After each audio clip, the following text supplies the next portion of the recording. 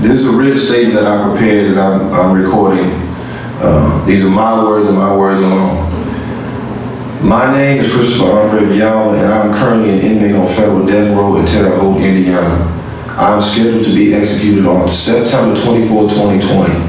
I'm speaking out now because the U.S. government is trying to execute me and many others using your tax dollars, and there's no substantial national media coverage on federal capital punishment.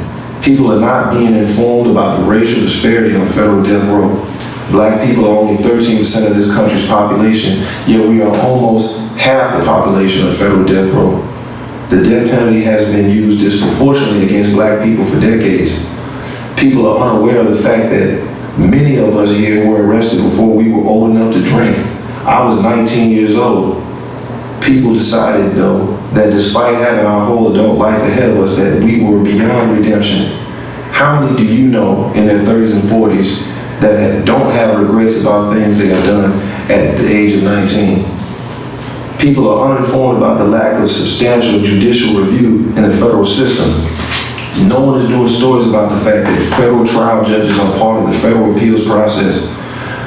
Not only do federal trial judges get to hear and decide federal appeals on mistakes they made at trial, they also have the power to influence the higher courts in their decisions as well. Essentially, they get to grade their own test papers, despite the fact that my grievances are with their errors. I'm not making this plea as an innocent man, but I am a changed and redeemed man. I committed a great wrong when I was a lost kid and took 2 precious lives from this world. Now I'm on death row. Every day I wish I could right this wrong. I came to death row angry with myself and brokenhearted, and I remained that way for many years.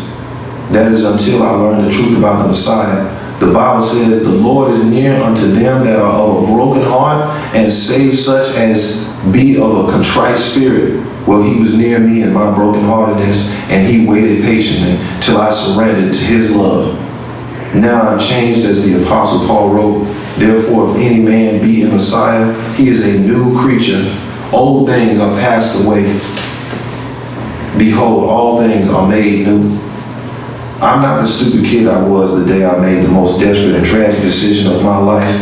The Messiah has made me a new man, and every day I thank him for it in my prayers. Now I'm making my plea to the American public to rethink the federal death penalty. The Democratic Party claims they want to abolish the death penalty, yet no politicians have said anything about federal death row. Public figures, lawyers, and abolitionists are nowhere to be found in the national media on the subject of capital punishment, yet men are being paraded to the federal death house right now. Where are the Brian Stevensons, or the Bakari Sellers, or Jamie Foxxes, or Dr. Michael Eric Dyson of the world?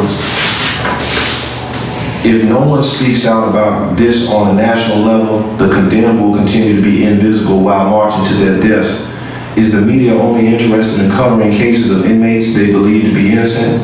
If so, then the current media blackout on this topic is just the status quo. I'm seeking executive clemency, and if clemency is only for innocent death row inmates, then we are all doomed.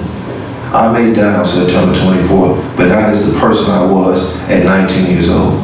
The Messiah has and is changing many hearts in here. None of the men I met when I got here are the same as when I met them.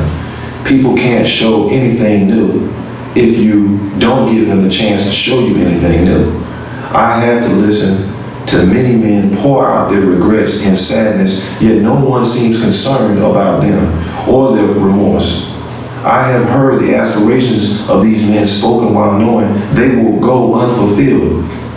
I want to preach, but that won't happen because I'm scheduled to die on September 24th. People make bad decisions in life, but they are still people. In fact, making bad decisions is a universally human trait. All I'm saying is this: if you have a voice, it is needed right now. I'm making my plea in the name of the only begotten Son.